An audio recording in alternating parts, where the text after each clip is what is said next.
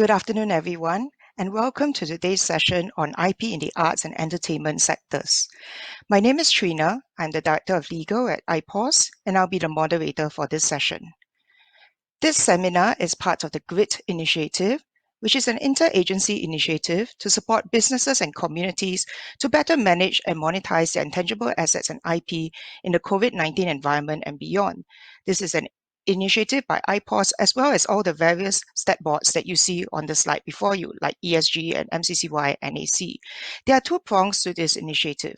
The first is public education on IP issues, where we have put together online resources and programs such as today, as well as support for enterprises and creators through government schemes and grants. Now, today's seminar brings together industry players to discuss the impact that COVID-19 and safe distancing measures have had on the arts and entertainment sectors. Artists and businesses, long used to face-to-face interaction with their customers and their audience, have now had to quickly move onto the online platforms to find new ways to connect with their audience, sustain, maintain, and grow their businesses and brands. Our speakers will be sharing their stories on these issues.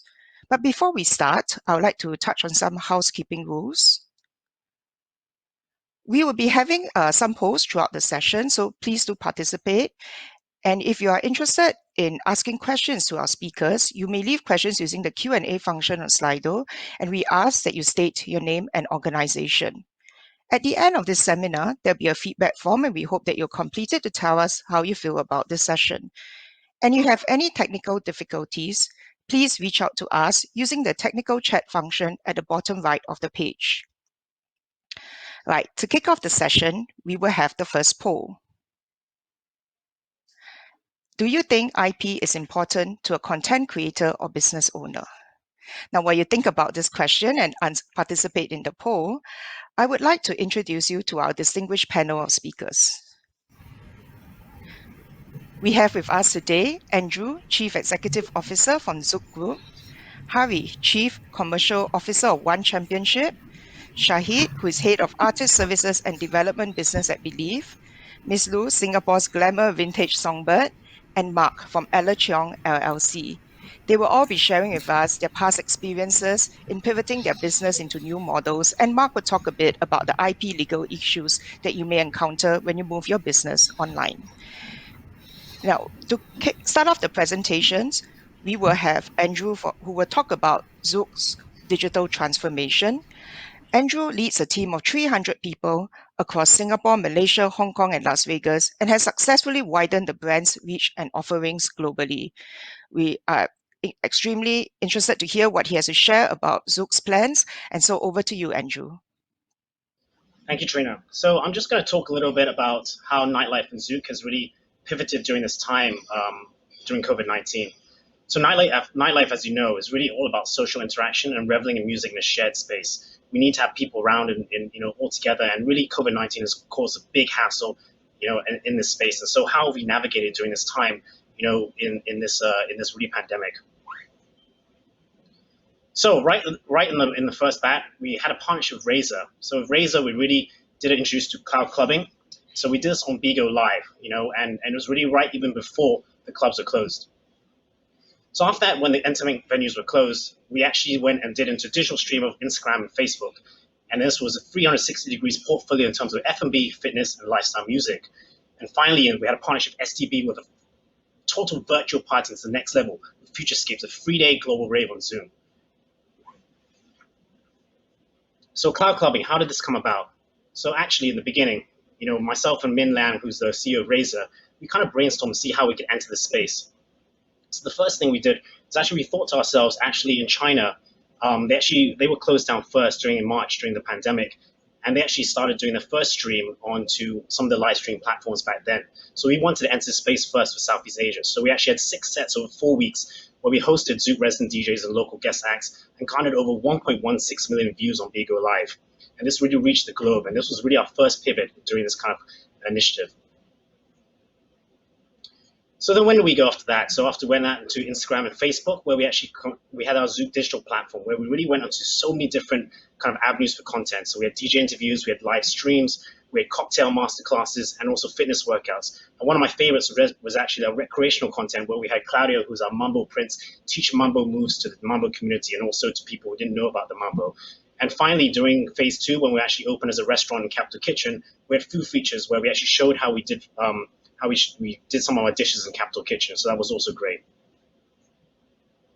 So this accumulated into Zouk Futurescapes. This was really our kind of big 3-day virtual event, which partnership with the Singapore Tourism Board, where we had 11,000 viewers over Zoom for the free events. We portrayed this to 3 different kind of time zones in Europe, Asia, and also the US. And DJ Diplo was our first main headliner act, which was really supported by a lot of kind of local talents such as Jasmine Circle, Benjamin Kang, Young Raja, and of course our Zouk resident DJs. So after this, then we had our Mambo Jumbo Night, and this was great because actually a Mambo Jumbo Night is really our biggest event during the club. When the club is open, it's really one of our biggest events during the year over National Day, right? And unfortunately, this year with COVID-19, we weren't able to kind of portray that, but we put that onto the live stream universe, and really we had an amazing feedback, right? We had almost 29,000 viewers on Facebook. It was actually even more than we had A-list DJ doing Futurescapes, which just really shows the power of the brand, you know, and the Mambo community really coming together, you know, and really kind of enjoying themselves. So what are some of the issues that we find, you know, actually coming onto on these platforms? So for Facebook and Instagram, you know, one of the things that we found was that the music labels really, they employ technology so that if they know that we don't have the rights for some of this music, they will actively take you down. So that means that the music will either stop or sometimes they'll just, you know, put the stream down completely.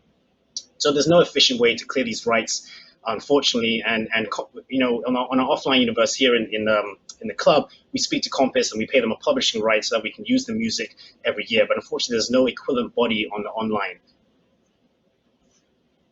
So when we speak to the various labels, they point to one conclusion. That's really to clear the master recording rights of each music separately. But as you can imagine, you know, one DJ playing a multitude of songs over a period of 2 hours, and each song kind of coming up to 2,000 USD, this can really rack up the cost, right? And so right now, there still isn't a way of monetizing these streams.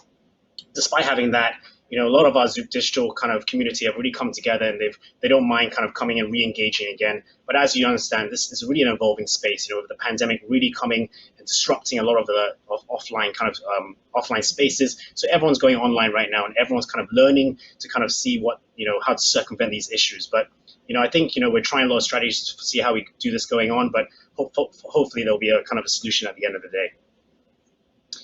So I just want to thank everyone for your time. I'm just going to leave you with one of our short clips from our Futurescapes, the Singapore Tourism Board partnership. It's done on Zoom, so it's a little bit, the quality is not that great, but I hope you enjoy it. Thank you very much.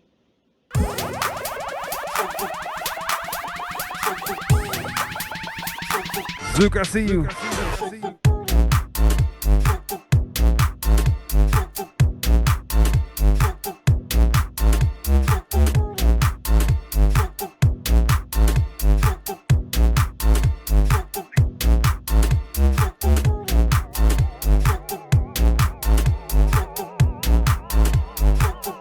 Singapore, let's go!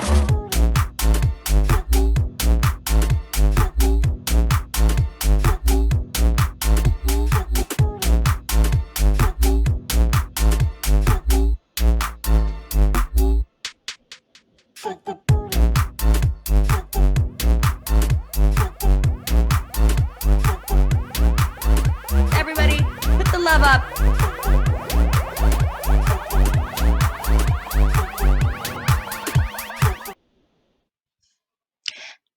Thank you, Andrew, for sharing about Zouk's journey. And cloud clubbing certainly looks very exciting, even though they're all just dancing in their living rooms. We have the results of the first poll. And I am glad to see that 100% of those who participated do think IP is important. And that leads us very nicely to the second presentation of today, which is by Hari, the Chief Commercial Officer of One Championship. So Hari drives key strategic initiatives and new businesses at One Championship, which is an IP-heavy global company, and he's looking to scale the company into the first multi-billion global sports media property in Asian history. Before Hari presents, he would like to us to watch a video. So could we have the video, please? Thank you.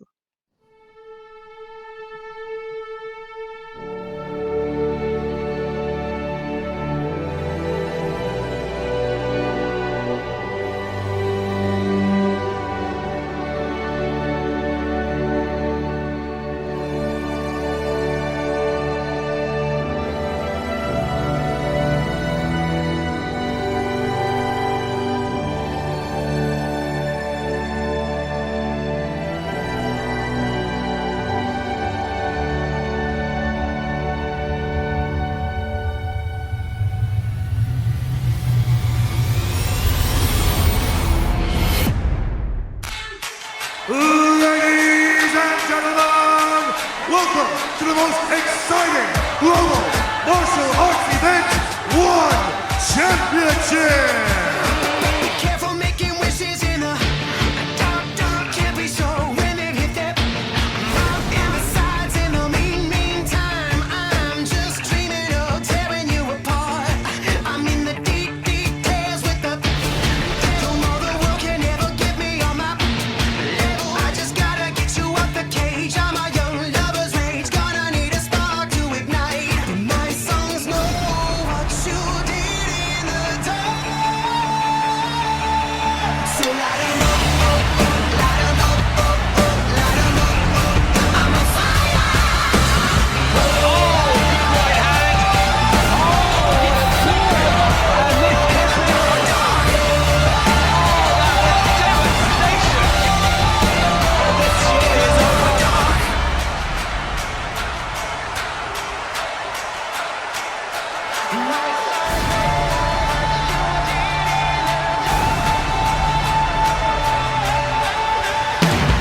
So light 'em up.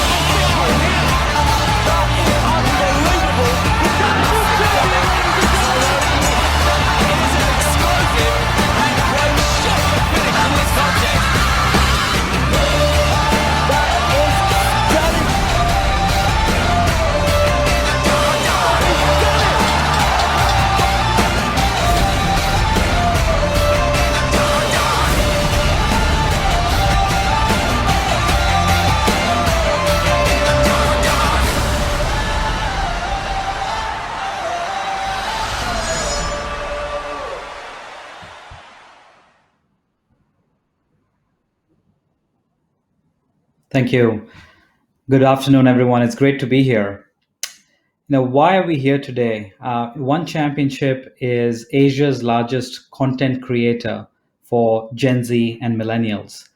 We heard Andrew talk a little bit about what Zouk is doing in this era, and from our perspective, what you saw in the video clearly shows our heritage over the last 8 years or 9 years of being a sports media property and Asia's largest sports media property. But actually, if you look at 2020, what we've done is we've gone into a lot more content stacks. As you can see, we've got into One Esports, which aims to be the world's largest esports platform over time.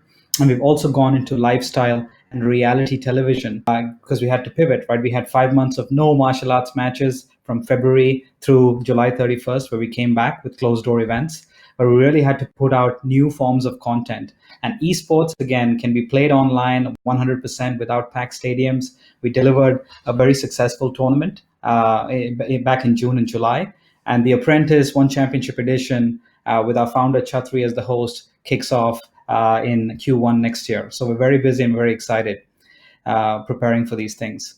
These are some of the partners we have today, and we're very excited again. About 50% of these we've actually signed in the last 6 months during the COVID-19 era. And this is because our partners really think of us, of how One Championship and One Esports engages this young millennial Gen Z audience, who are very, they have attention deficient disorder in some ways, right? They're built with the news feed and Instagram generation. And these partners really find solace in being able to explain their narrative through our content and storytelling. So we're a storytelling and IP-based business. So last year, we were actually ranked number 4 out of 5,000 plus sports media properties globally. Again, WWE, NBA, NFL are the 3 American properties to the right of us, 1, 2, and 3. We're very humbled and proud to be number 4, and we hopefully want to be number 1 in a very short span of time. So if you look at just our reach, frequency, and engagement, exploded over the last 9 years thanks to mobile phone penetration. We are born in this, again, social media, 4G, and smartphone generation. And that has really led to a huge uptick in our metrics over the last 9 years. And we're very excited that this will continue to happen because we are all about Asian values on the global stage, hero building, and storytelling, always on. So One Esports, again, just 6-7 months into launch, has already become one of the top 5 global platforms for esports content. Again, it has a live experience business, which can be now 100% online during the COVID era, on Twitch, on Facebook, on YouTube. And then oneesports.gg is our content platform. Again, as of August, is now the top 3 websites in the world for esports content. And to kind of wrap it up, we're again very excited about The Apprentice. Again, the difference between our version of Apprentice and the earlier versions of Apprentice is we have amazing guest CEOs from Asia and around the world joining us as judges for every episode. So we've got Anthony Tan, Grab CEO, Ankiti Bose, CEO of Zilingo, Patrick Grove, CEO of iFlix and Catcher Group, Prajna Murzaya, and several others who are going to join us. So again, we want to put out amazing inspirational content to the world, and we're very excited to be here. Thank you.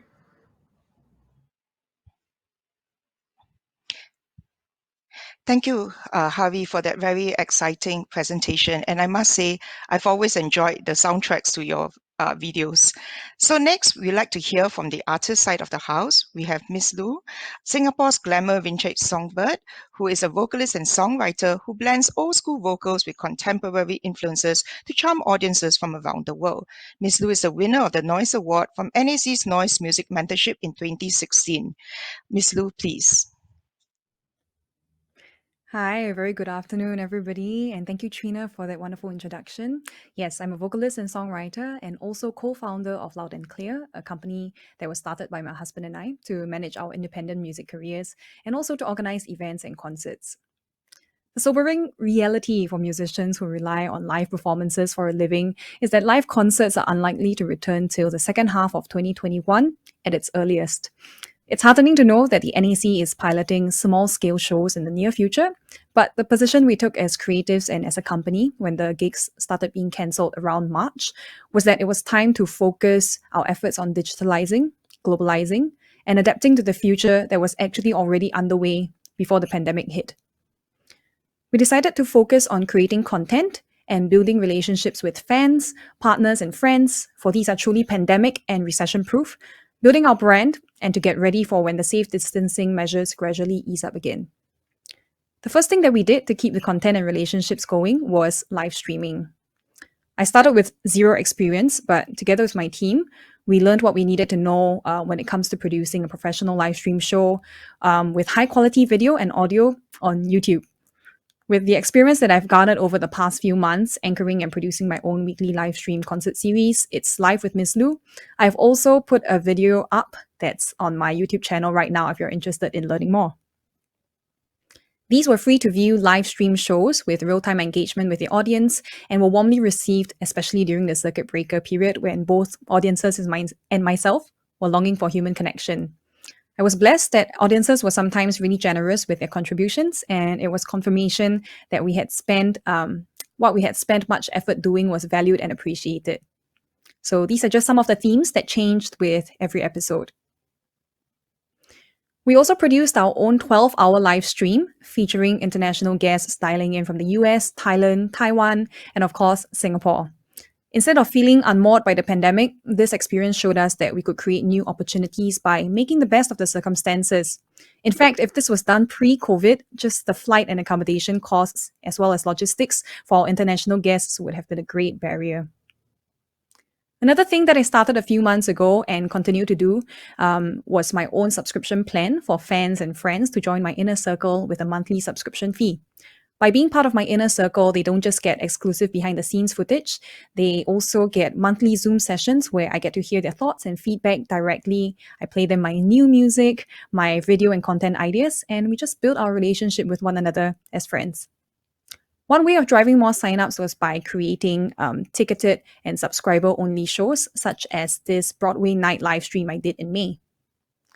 So even though learning how to live stream properly was a challenging process with hours of YouTube tutorials, rigorous testing, and huge amounts invested into the right equipment, that prepared my team and I for when companies were looking for other ways to celebrate internal events that could no longer be held in person.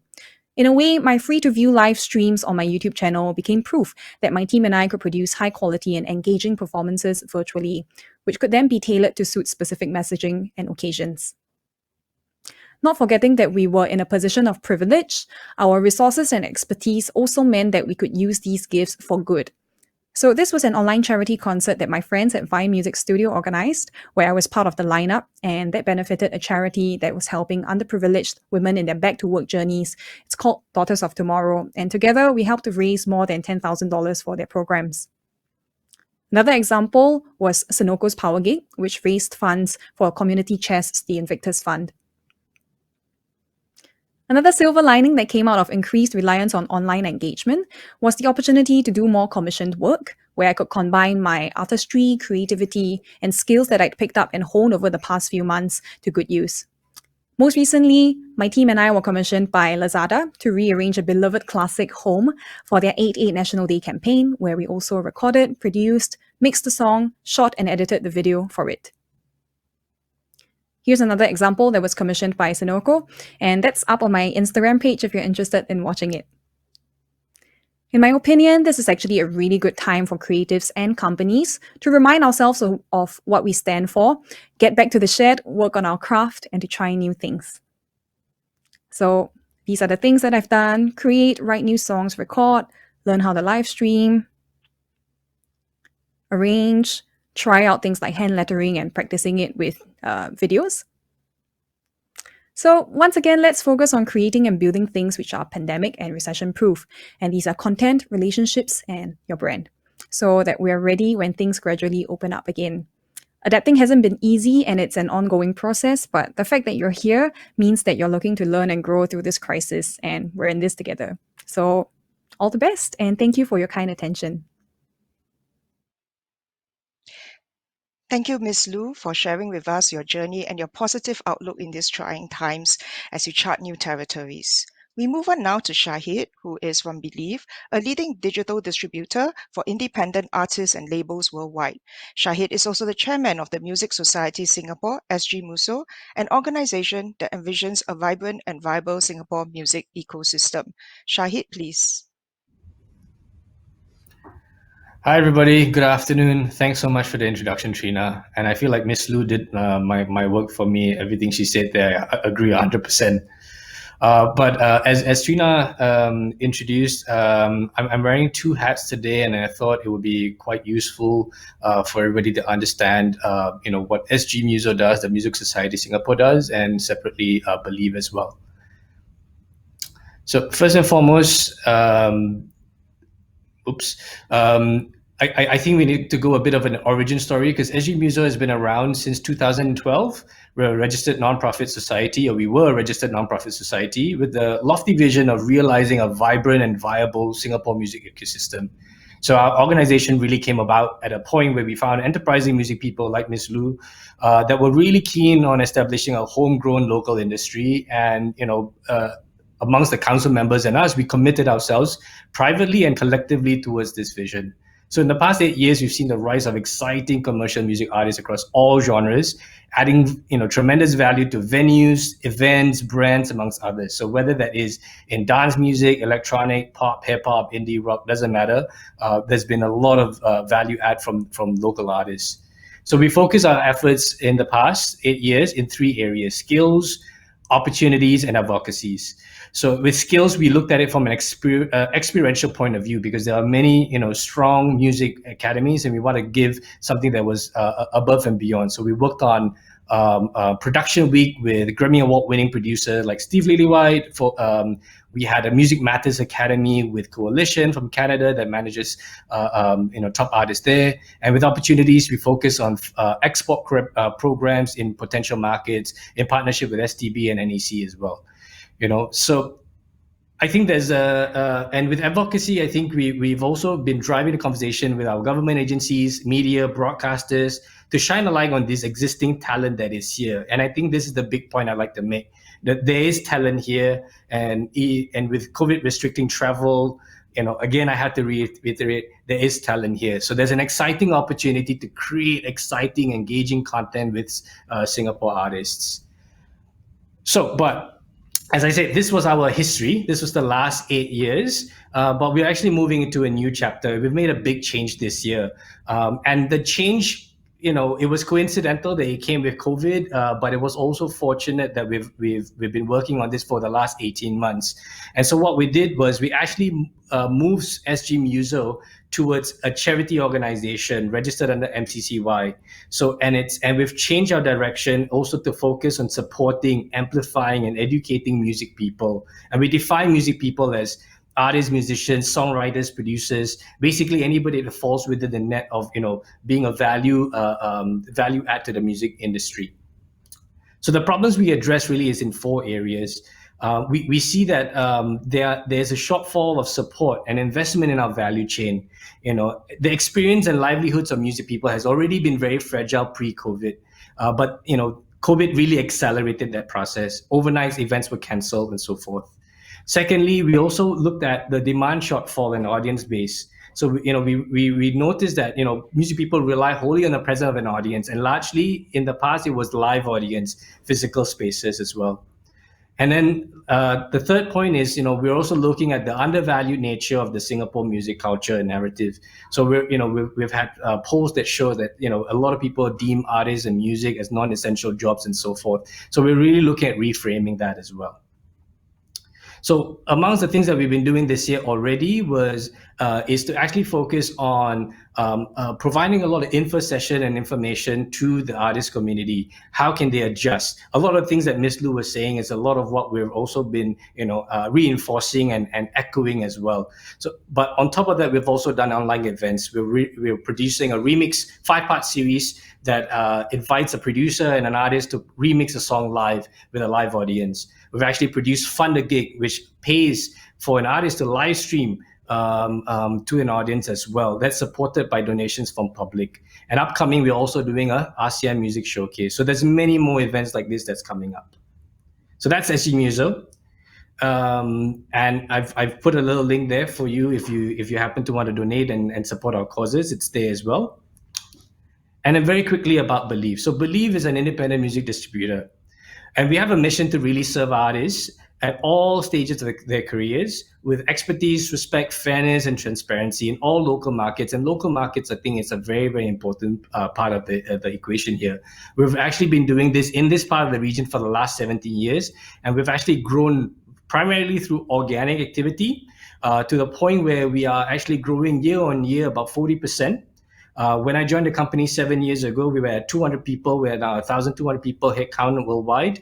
We're delivering about 700 million revenues in euros to artists worldwide, serving 850K artists. And a lot of that is a responsibility for us to adapt our model to each of these artists. And we do that through TuneCore, which is a DIY value distribution model that's very technologically focused. Believe Distribution, which is a distribution service model, which is a revenue share focus, and Artist Services, where we lean in and provide not just the technology, but also the marketing resource and expertise for artists to really develop and take it to the next level. And so with all of this, our responsibility to artists is very, very much front and center. And so what we've actually done is to actually, through this COVID period, really send key messages out to artists, helping them recognize that there's a dramatic change in the music business. There's a huge acceleration of user behavior to digital. And so they need to reposition themselves and prepare themselves for that reality. So even in the COVID period, there were many artists that were holding back because of the uncertainty. We were actually telling them, look, release now. It's important for you to engage your audience online. It's super important for them to know that you're there, that you're active, that because they are also at home hungry for content and hungry to be entertained. So we were doing a lot of info sessions for artists to help them understand as well. And one last point I wanted to add is that we've also focused on the people within Believe, because our founder, Dennis, he's always said, we have two hearts at Believe. One is our people, and the second is our artists. And through this pandemic, we really need to support both. So with that, thank you very much. I want to keep it short and sweet, and I look forward to the discussion coming up. Thank you, Shahid, for your passionate sharing of what Believe and SG Muso are doing for the music community. Moving away from businesses and artists, we now go to the legal professional on the panel, Mark, who heads the IP strategies practice at Ella Cheong LLC. Mark combines his experience as a legal professional and commercial consultant to advise enterprises, startups on IP issues and commercialization strategies. Outside of practice, Mark writes and performs music and is a passionate advocate for the arts, media, and technology. Over to you, Mark. Thank you very much for that kind introduction, Trina. And I think good afternoon, everyone, and thank you for joining us here today. I think it falls on the lawyer here to, talk a little bit more on the legal issues surrounding moving online into the digital space. Hopefully, I don't throw too much of a wet blanket, after all that exciting sharing, I think, from the previous panelists. But hopefully, I think this is good knowledge sharing and a little bit of knowledge. All of our artists and entertainers save themselves some pain down the line. So I think the first thing we want to talk about is digital rights clearances. And I think it's quite clear that artists and entertainers now, more than ever, need to embrace digital in order to reach their audiences. And when we talk about digital rights clearance, we're really referring to seeking permission from IP owners. I think in this particular space, we usually talk about copyright. So seeking permission from copyright owners to use their content in the digital space or for online distribution. Now, I think one common misconception is that you may have existing agreements or existing licenses with copyright owners, but simply having existing rights does not automatically allow you to use those rights in the digital space.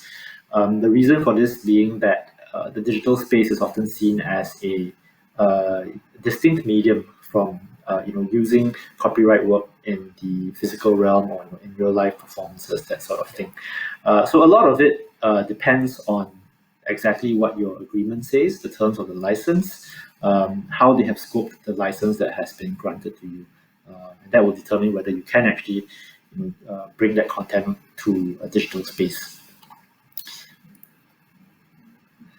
So looking at digital rights clearances, IPOS actually has a very useful FAQ uploaded onto their website, but I'll attempt to do a very quick, quick and dirty summary of what it means and how to do it. So the first question really is to ask yourself, what is the copyright material that you're using? And if you look at the Copyright Act, there are a couple of distinct groups of copyright, some of which, actually all of them you will see listed here. I think the important thing to note is that a single piece of work or a single piece of content can have multiple types of copyright in it. So for example, if you are going to do a cover of, if we try and bring this into real life, you try and do a cover of 雪花飘飘, right, which is a song that's trending on Chinese social media. The song itself will have lyrics, and the lyrics would constitute literary work, as a type of copyright, which you'll see listed as the first one there. Underlying the lyrics also there's the music, and that's the arrangement, the composition, the rhythms and all of that, and that's a musical work.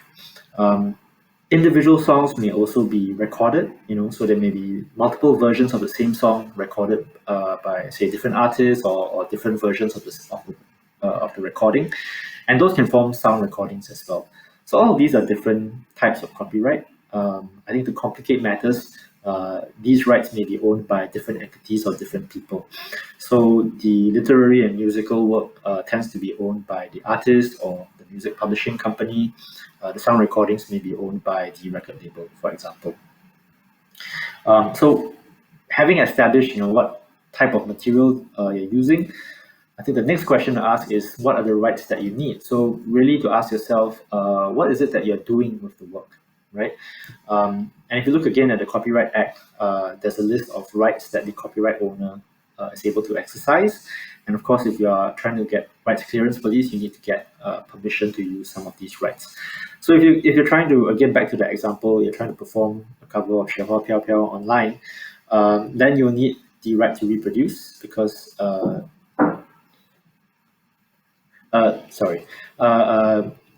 you need the right to reproduce because a copy of the song is digitally reproduced online.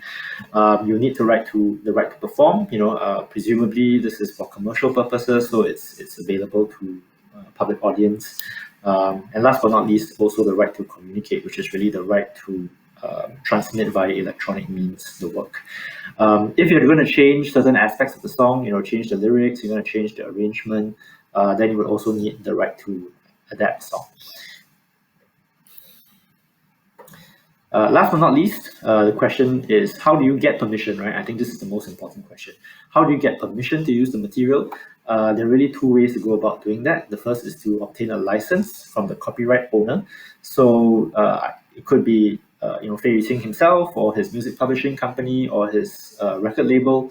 I think that the problem with approaching the copyright owner themselves is firstly, it's difficult to identify the copyright owner sometimes. You don't know who exactly owns the rights in the work, and it may be difficult to reach them. It's not like you could just dial them up, right? So the other option is to obtain a license from a collective management organization, or a CMO for short.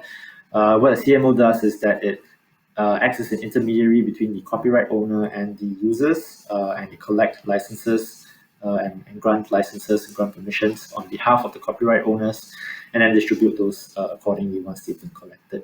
The other advantage here also is that sometimes the copyright owners enter into exclusive arrangements with the CMO, such that even the copyright owners themselves don't really have the right to grant you licenses. So, of course, we're not privy to all this information. My personal view is that you should approach a CMO as a starting point. So I think all of this is digital rights clearance in a nutshell. I think before it can be sometimes quite complicated, quite complex. It's important to seek professional advice if you need to, and I think that's where we can come in here at Chung to assist and advise you accordingly. So thank you very much for your time. I think I will pass the time back now to Trina. Thank you, Mark, for sharing those very useful tips on how to clear rights digitally. We're now going to the second poll of the session. Do you think more can be done to support businesses and communities with their IP-related needs? While you think about this question and answer the poll, we will start our panel discussion. Quite a lot of questions have actually been flooding in, and they correspond quite nicely to the three guiding topics I had for the panel discussion. As you can see, best practices in how to grow your content and brand in a digital space. What are your biggest IP challenges? And of course, last but not least, what is your wish list from the government? So perhaps we'll kick off the panel discussion. So as I said, there really were a lot of questions that on the area of how do you actually monetize your business when you go online? Because, for instance, for cloud clubbing, it's free. For watching some of these virtual concerts and events, you mentioned it's free streams. How do you monetize? So maybe I could ask Andrew to share a bit first on the commercialization model for cloud clubbing for Zouk before I move on to the other speakers. Yeah, so actually, when we first started with Razor and Bigo Live actually has a monetization system. So you can actually gift beans on this live streaming platform, and these beans are then converted into currency. So actually, Razor Pay came in as the financial kind of partner for that. So I guess that's one way where you can actually monetize. If you basically stream like constantly onto this platform, you can get fans, and these fans then basically gift you beans, and these beans then get converted into currency. So that's one way of going about it. Unfortunately for Facebook and Instagram, there isn't a monetization tool just yet. I know Facebook is developing something that is in some ways probably in the future is going to have some kind of like platform for that. But for the moment, I think there are various platforms that have this monetization tool, but not Facebook and Instagram, which is where the majority of our database is on, which is the issue, I guess. If you look at also other kind of big music festivals around the world, EDC, which is a huge global music festival that went out in May this year, actually went virtual as well. They made it free. However, Tomorrowland, which is also another huge music festival, they actually paid for tickets. So, I mean, there is a way of being able to monetize it as well. But I think in terms of having that database itself, it's important that basically when people pay for it, they're getting that experience, right? And if you're not going to be there, inside, being in front of like 50,000 people in Tomorrowland is very different from watching a video on screen, right? So you have to look at that kind of pricing factor as well. I spoke to Systic recently, and they're also kind of pricing it much lower than obviously if you're going to be there in person. But you also get a much bigger database on the live online sphere as well. So I think those are the considerations I have in terms of the monetization area. Thank you, Andrew. Perhaps I could ask Ms. Lu to share a bit about your experiences in monetizing some of the streams you talked about in the concerts. Yeah. So there are actually a few ways to monetize, which I have kind of experienced in phases. At the very beginning, when I started my free to air live streams on YouTube, my channel wasn't monetized yet because I hadn't hit the eligibility criteria, which was 4,000 watch hours in a year. So my way of getting around that, or rather accelerating that, was the live streaming itself. So when people are engaged and they're watching like an up to 2 hour long live stream, we managed to like rack up the watch hours, and then my YouTube channel was monetized. And one of the ways in which you can monetize is contributions only, via contributions. So we had a QR code directly to like my PayNow account or to the company PayNow account, so that people could contribute if they wanted to, sort of like a tipping system. And we would often, encourage them to say, hey, if you want to make this sustainable, if you're getting any sort of uh, enjoyment out of this, please consider contributing, because this goes to our crew, this goes to equipment and all of those things. And also a longer term perspective is also that's also one of the considerations that led to me starting the subscription model. Because if people wanted to support us on a longer term basis, then instead of it being a transactional relationship every time they come and buy a ticket to my virtual live stream, they are supporting my entire craft, and that they believe in my artistry enough to be a long term contributor and supporter. And another way that people can monetize is actually, once you've hit the eligibility criteria on both Facebook and YouTube, you can actually send like super chats and super stickers. That's specific for YouTube, but you have to split that like 30% goes to YouTube and 70% goes to the creator. And which is why we still leave our PayNow QR code and our PayPal link at the bottom, so that people can contribute to the artists directly.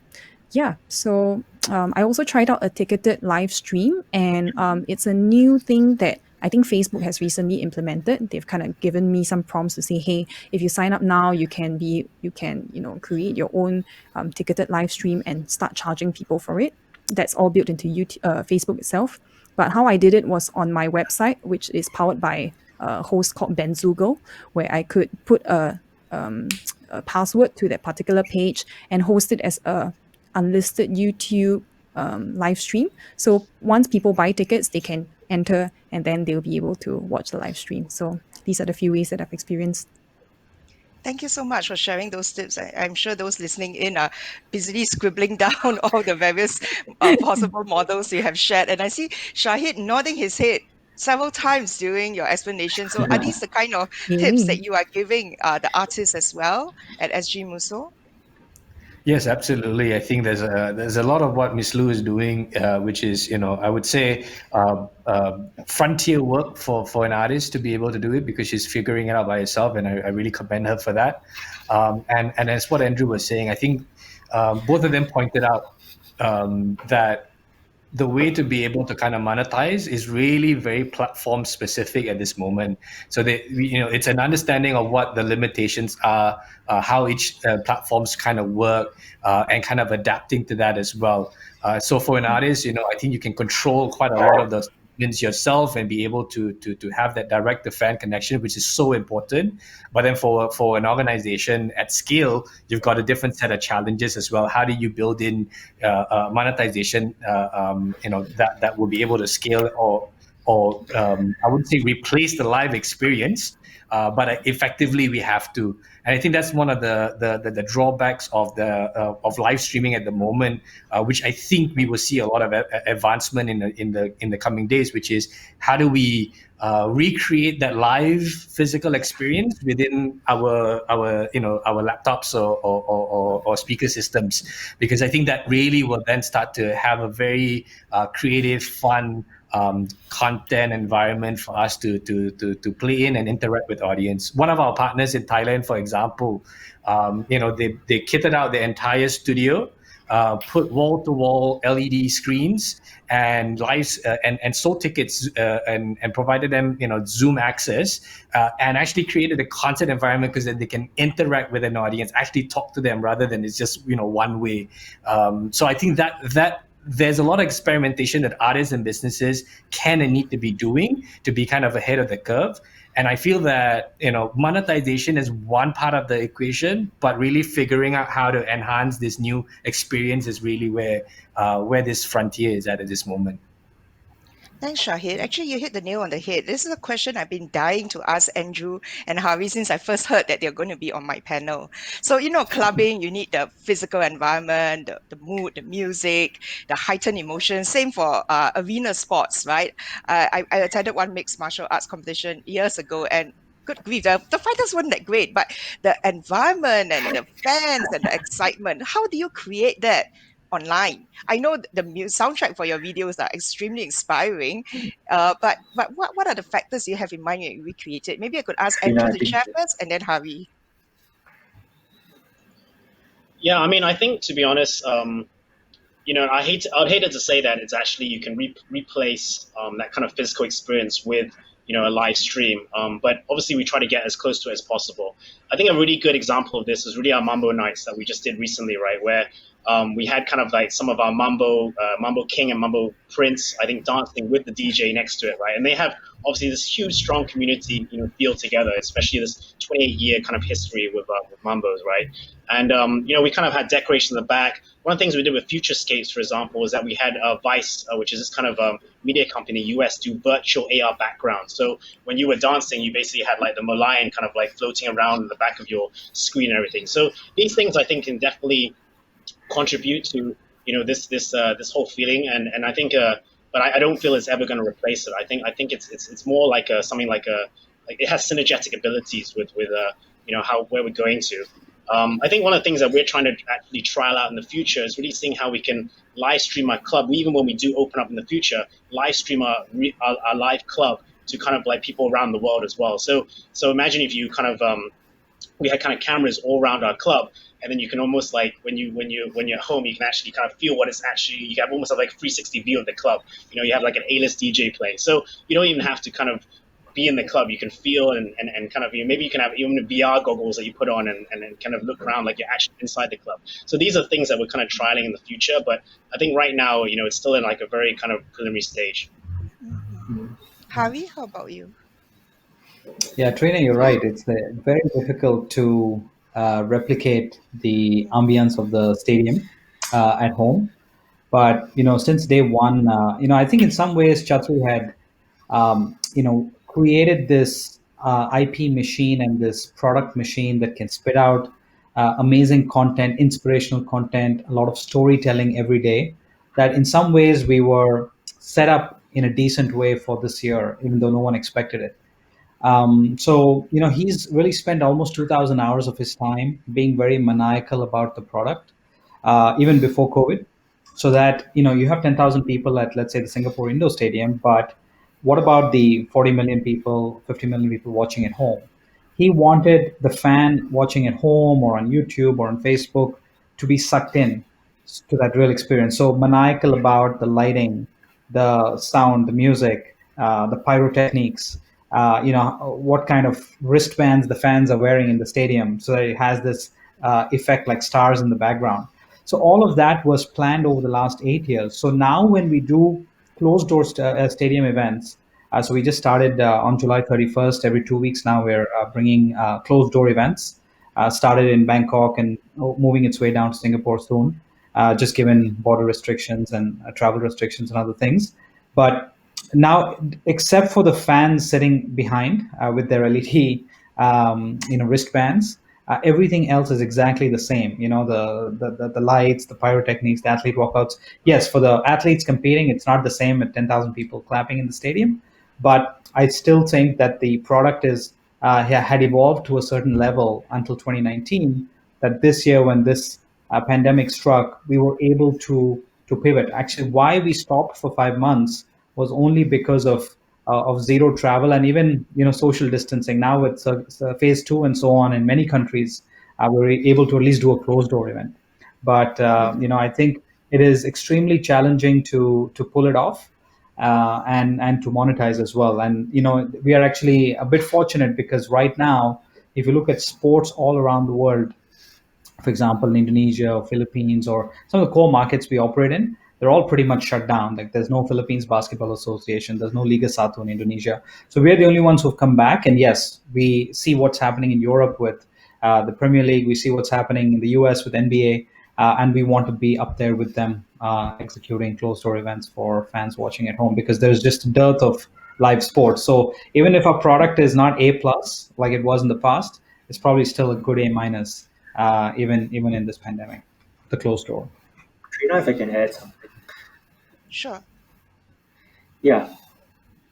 Go Hi. ahead, Mark. So, yeah. So I think maybe if I could just kind of like tie everything what all the other panelists have said together, shared.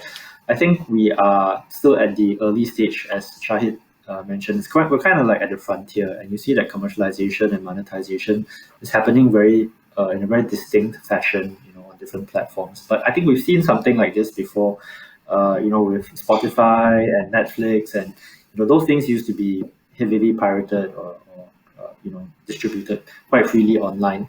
But as the technology catches up, it starts to consolidate. I think we will start to see some of these commercialization models coming together to give a clearer picture of what can or cannot be done.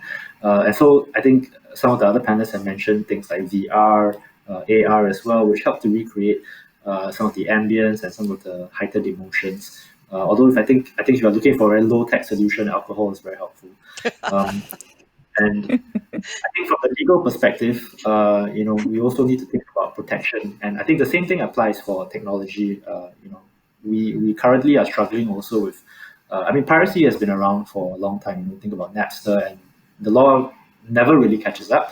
I think it is up to technology to catch up and consolidate all that, and then to also provide solutions for how the IP can be protected. And I think protection is the base for commercialization, really.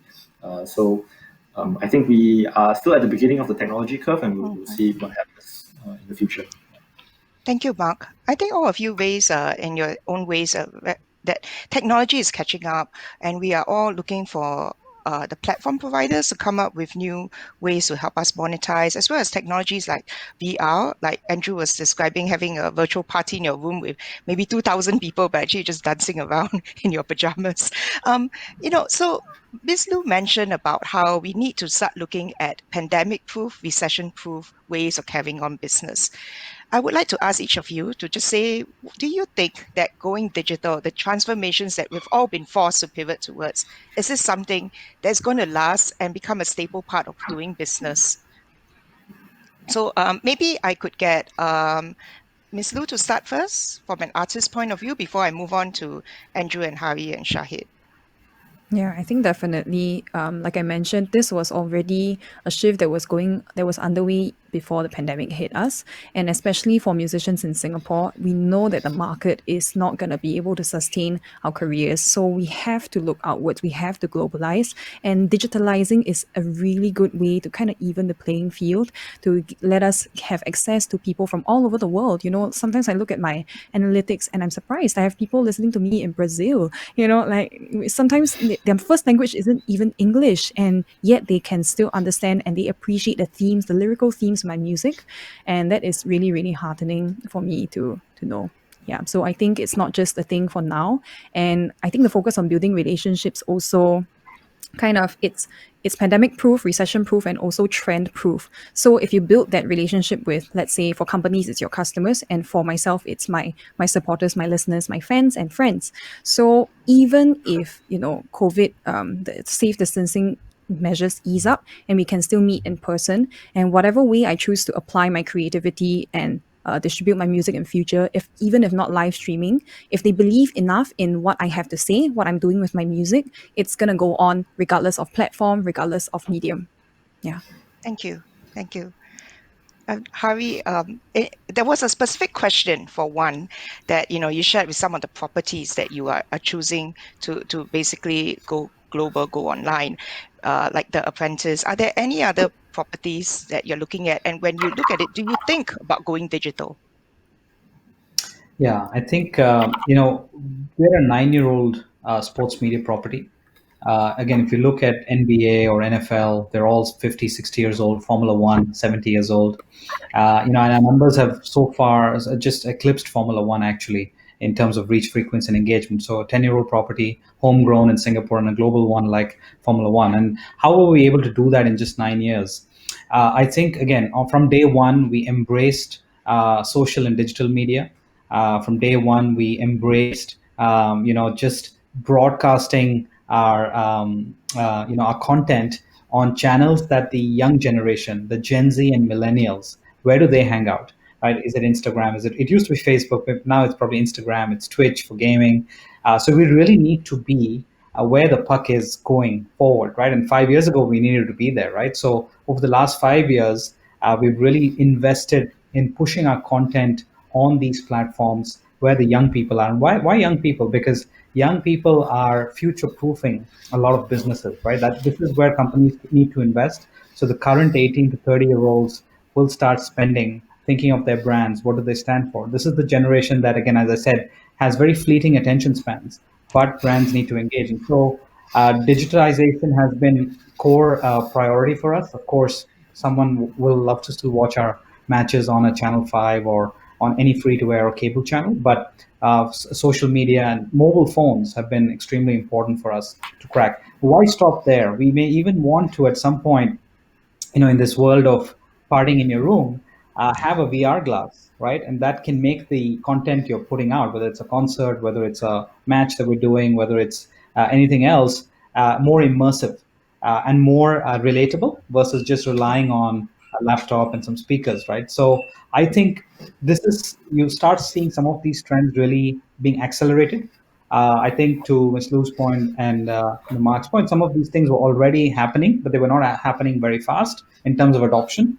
I think COVID-19 has just accelerated and made some of these changes a little more permanent in terms of adoption. Again, if you think of e-commerce, I used to work at Lazada, right? And so, Lazada penetration in Southeast Asia before COVID and after COVID is just massive. It's a massive change, and many people may not go back to shopping in physical stores and malls. But again, is where is your customer? Where is your fan? What is their age group? We know Asia, for example, is the youngest now demographic in the whole world, and this is how consumers are spending time. They're spending more time online, and this is where the brands and content generators need to be.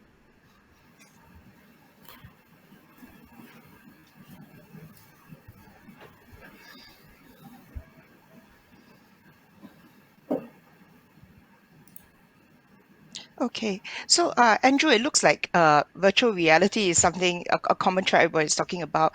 So you talk about Zouk's transformation, going digital, cloud clubbing. Do you see this as something only to deal with the current pandemic, and when eventually the crowds are allowed to come back into the clubs? Do you think this is something that Zouk will still continue to look into? Yeah, for sure. I think actually it's interesting you say that because right now we're actually building we're building new clubs in Las Vegas, right? And in terms of future proofing them, we want to actually make sure that we have live streaming cameras around the DJ booth, so that, for example, when we have an A-list DJ in Las Vegas playing, I can actually stream it to all around the world. Like if I have like clubs in like Malaysia, clubs in Singapore. So once again, you're building that database, right? And one of the things that we're also looking at to future proof as well is to see that some of these DJs, these A-list DJs that can command fees of like 200,000-300,000 USD per show. I want to make sure that I have their live streaming rights as well if I'm paying for them as well, because I think at the end of the day that's also a monetization. There, for example, if they're playing in Las Vegas, but someone in Singapore wants to watch it, maybe they're not paying the fee of getting into the club, but maybe they're paying a smaller fee of like 5 or 10 thing. But when you have that database of like millions of people around the world, once again that becomes a future proof, right? And it's a bit uncommon right now because we're in a global pandemic. But there might be cases in the future where maybe one of your clubs is open in one country, but the other clubs are closed in other countries, right? Which means that you still have a revenue stream coming through and through. So yeah, it's an interesting case, but I do feel that trying to forward think to see how this virus is going to affect us, and also trying to see how we can future proof our properties and our online streaming is going to be definitely something that's going to be on top of mind. Yeah, so you're right, absolutely. It has accelerated a lot of our thinking about new business models. And Shahid, I'm not going to ask you that question because obviously your Believe is a digital distribution platform. But there was a question posed for Believe as when you reach out to the ASEAN market, did you have any IP issues in going regional? Perhaps you can share some experiences. Yeah, so that's a great question. I think what sets Believe apart, and you're right. We're also a young company, like One Championship. We're 15 years old, really at the beginning of the digital phase. And when we opened in Asia, it was 7 8 years ago, when Spotify was just about to start, Deezer was just rolling in, Apple and iTunes was just starting up as well. So we were really digital first right from the get go. And what kind of sets us apart was that we were already in that model to prepare us for the future, and we also wanted to prepare the artists and labels that we work with for that future model. A lot of our early successes was actually about bringing that knowledge, bringing that understanding about how do we go about digital, how do we get into the right channels, how do you surface your content to the audiences. And that was mission number one. Now 8 years on, everybody's fairly comfortable. They know where to get their music from YouTube, Spotify, and so forth. The artists know how to get on. That's all becoming much easier. I think this COVID situation kind of accelerated, as everybody has said. Again, pushing into a new frontier. How do you move beyond a pure distribution model and make sure that you capture people's attention and engagement? And I think this is the core currency. It is an attention economy, right? You are music artists and sports, and we compete for the same Gen Z millennials, because these are the guys that are on digital maybe 80% of the day, right? But does it go away at all? Would they not want to go out and meet their friends? I don't think so. There's always going to be a space for the live element, the in-person element. But if they spend 80% of the day online, that's where we need to reach them. That's where they make all the decisions and discoveries, and then decide what event do they want to go out to. So it's if you imagine this is a funnel, it's really at the top of the funnel, and this is where artists and businesses need to operate, so that they can actually capture that funnel and start to kind of bring them into for other experiences down the line. So I think that's really one of the core concepts. And within the ASEAN context, we've always had a very local first approach. So we when we launch in Singapore, we launch a Singapore team. When we launch in Thailand, we launch a Thai team. When we launch in Indonesia, we launch an Indonesian team. So that local understanding really does accelerate growth in the market, helps us understand what rights is it cleared, do you really have it, is it okay for us to represent that. We were able to kind of circumnavigate all that right from the get-go. I should make a point of distinction compared to everybody else on this call. We're a service provider. We don't own IP, but we actually work with IP owners. So our value add is really how can we provide this value additional services. How do they navigate and monetize the IP? The IP owners are our clients, and we're kind of like in between, making sure that these things are properly protected, properly cleared. If there's a certain partnership with a One Championship or Zouk, that we can do that technically, so that the content can be running with them, for example. We're really kind of position ourselves in that way. Thank you, Shahid. And as you said, it's really a mix of different businesses and where you're coming from. And I think we have a really nice mix here on the panel. You have a sports property, you're the intermediary, the artist, the creator, and then you have Andrew, who brings them all together in a really nice live stream. And there were a lot of questions being posed about how do you monetize copyright, how do you monetize trademarks. But that's exactly what we've all been talking about, right? There's copyright in your songs, in your content, in your TV shows, and your brands are protected as trademarks. Which brings us to then the next question, that as you go digital, as you reach out to a global audience, and this I'm going to pose to Mark. I warned him that I would. How do you then protect this intellectual, intangible assets of yours globally? Well, I think we've covered the copyright angle a fair bit, as you've mentioned, whether it's digital rights clearance or Yes. that kind of thing.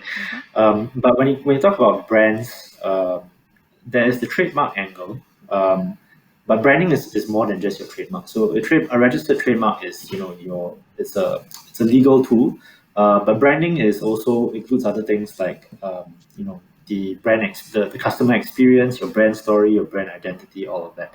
So when protecting your brand online, I think the trademark actually forms the heart of it.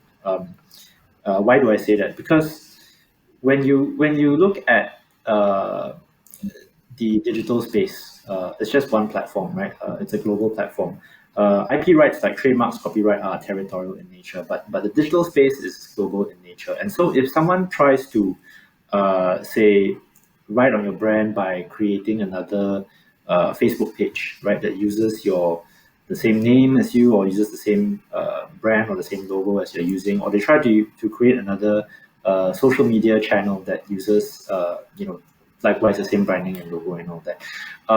Then you enter into a dispute with this other person who may or may not be sitting on it legitimately. They may be domain name squatting or cyber squatting, as we call it. But in order to really resolve that kind of dispute, the trademark registration is important because you can you can go through the takedown notice process. So most social media platforms have a takedown notice process, whether it's Facebook, Instagram, YouTube, etc. And one thing that they will ask from you is the proof of right or the ownership of the brand or the identity or the logo. And that's where your trademark registration comes in. Because if you don't have that registration, it's much harder to prove that you actually own the brand, or you're going to have to pull out evidence of use. And that's a much more lengthy, difficult process. So I think when trying to protect the brand online, the proof of rights is important, and also being fast and speedy in trying to issue these takedown notices. Thank you, Mark. And so it does sound like there I are mean, quite a few. Sorry, Shahid? Shahid? yeah, I wanted to kind of chime in on that one Sure, point sure. because it's near and dear to my heart. Yeah, I tend to get a lot of these questions from artists as well, and the one thing I always tell them is that they need to understand that the asset classes, how do you protect it? They need to really think of it almost like a matryoshka doll. When you put a video up, there's a lot of hidden underlying rights that are there, and that's usually the tripwires. For example, Andrew, when Zouk does and has music there, it's a video that has audio on it, and so forth, and that's where all those tripwires happen. And in terms of protection, that's where technology hasn't gotten up. If you don't own your rights 100% and can represent it, a lot of rights owners, including ourselves, we leverage on the platforms to be able to use technology to provide fingerprints to catch them at scale. Because if you have 80 million hours of video uploaded every single second on any given platform, it's a whack-a-mole situation if you don't use technology to your advantage as well. And so it's an unfortunate byproduct because we are trying to protect it. And I don't think it's piracy most of the time in these cases. It's really just unwitting behavior that it trips these wires and say, oh, okay, you can't use this content. So I think that's where the technology needs to improve. Our copyrights framework need to improve to allow more user generated content. And I think user generated content is a huge part of a brand value add as well. It's something that we encourage artists to do. We encourage brands to do. So we want to be able to have that fine balance between the two. Right. Thank you. I would love to go into a discussion on user-generated content because copyright is one of the areas of my interest. But let's go to the poll results that we asked earlier. Do you think more can be done? Well, it's quite a resounding 96%. Like I said, this is the wish list of what you think more could be done. Would anybody on the panel here be interested in sharing what you think? What kind of support that can be more forthcoming from the government in helping businesses and the artistic communities, with their IP needs moving online? Or maybe you Would can speak from an artist's perspective, if Thank you. that's all right. Yeah. Sure, of So course.